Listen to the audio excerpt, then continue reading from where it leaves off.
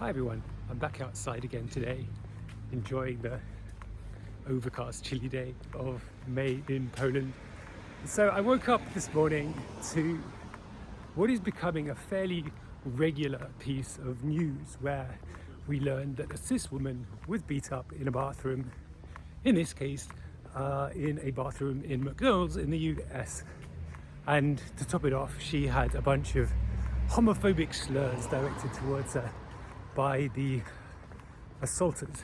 And I mean, I shouldn't have to point out the connection between this attack and the ongoing narrative about trans women and safety, but that's what I'm going to do nevertheless. Now, I think for me, perhaps the most frustrating part, I mean, there's a lot of frustrating parts to this whole conversation and narrative, but perhaps one of the most frustrating things is the way that it's framed, especially if you look in certain articles, such as this one from the BBC, where this debate, if you want to call it that, is very much framed with trans activists or even sometimes trans people at large up against women's rights campaigners, or even oftentimes women in general. And is that a particularly fair way of framing this conversation? And while yes, I do concede that it's not a great look, at the very least, for many of the people who would speak out against the extension of trans rights, let's say, happen to be women, and happen to be very well-connected women, might I add, happy to be particularly wealthy, at least middle-class women, to go even further still. Yet women they are nonetheless. And so, yeah, it's not a great look that when we often speak out about our rights, it often means that we need to go counter to the types of words and arguments that those women, and you know who I'm talking about, often use when they raise their concerns about trans women. And I have to say, it's pretty regrettable that yes, we do need to disagree with a lot of those women on fairly fundamental points of their arguments. The language that they use, and to my disappointment, that trans people use in retaliation and to counteract those arguments, can often be descending into like personal jibes and essentially abuse. People take this very seriously, and it's very difficult to extract or engage in a kind of an objective and constructive conversation when there are so much emotions and so much on the line, especially when it comes to trans people. And that's not to say that cis women don't stand to, I mean, it's not a question of standing to lose something, but I can completely understand that they might feel that they're not being sufficiently listened to. But the reality is, it's not so much a question of us not listening or overriding their concerns. It's a question of their concerns just not coming through in terms of facts and data and in real world realities. Ultimately, how many cis men don women's clothing to gain access to women's spaces? The fact of the matter is, vanishingly small numbers, if any at all. Yes, there have been examples of trans people acting inappropriately in certain spaces, but that should not be a reason to hold that against an entire demographic. Consider as well the way that we're referred to in these kinds of debates. I'm thinking of, for example, the recent Telegraph advert where they used phrases like muscling in for trans women, suggesting a certain degree of hostility and power, which again isn't entirely fair or true when you look at the way that we actually behave in many situations. That's not to say, though, that there may not be some genuine areas of conversation, some things where there needs to be a discussion, where trans women and cis women need to sit down and thrash out the terms of how we integrate with each other in society, because integration is essentially inevitable. And that's the other thing, is that we are here, we've always been here, and unless you're willing to countenance our eradication, which I don't believe is the case, by the way, then we need to learn to live with each other. And constant finger pointing and name calling and reducing people to their genitalia and genetics isn't going to be a very useful way to continue that conversation. But anyway, I digress. So my point is that the framing is often trans women versus women's rights campaigners.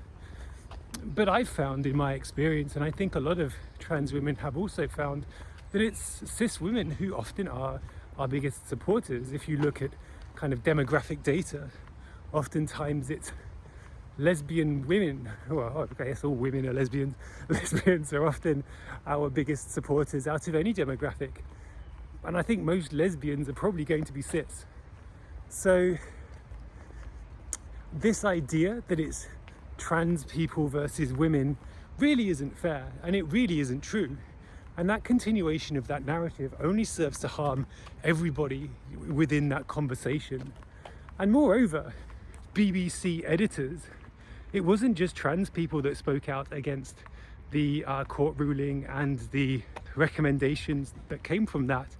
Loads of cis people spoke out as well. So once again, framing it as trans people only versus cis people only, once again reduces the actual pushback against these kinds of ideas. The irony here, of course, is that in a lot of these cases, it's other minorities speaking out in favor of trans rights.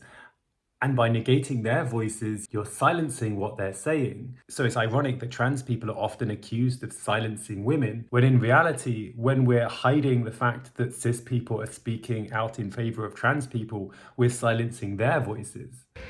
Because cis people are on our side, and there's more of them than there are of us. There's more cis women supporters of trans people than there probably are trans people in general. So when you say that it's trans women versus cis women, it couldn't be further from the truth. It's cis women versus cis women, I would say. And then of course you've also got other people within the LGBTQ plus community who apparently have lost patience with the trans agenda and trans movements and trans activists. They'll often talk about those trans activists, those evil, naughty trans activists, going too far and trying to get too much too soon.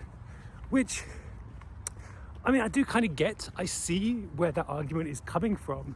But first of all, that is an argument, that's a tale as old as time, that kind of argument. You can see the same kind of language being used for the civil rights movements back in the 50s and 60s. These damn black people trying to get too much too soon.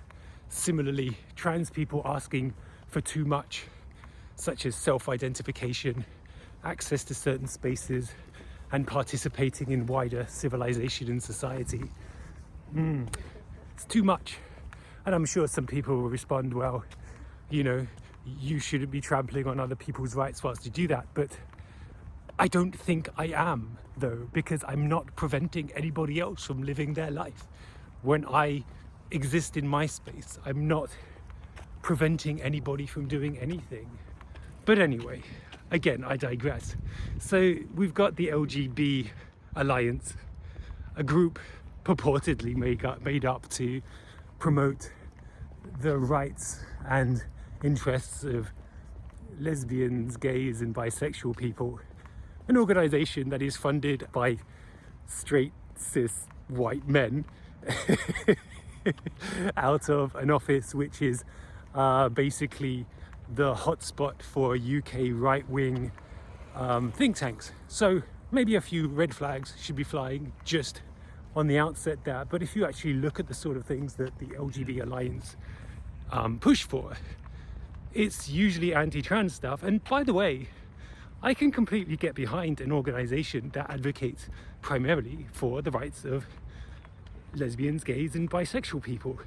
doesn't need to be at the expense of anybody else.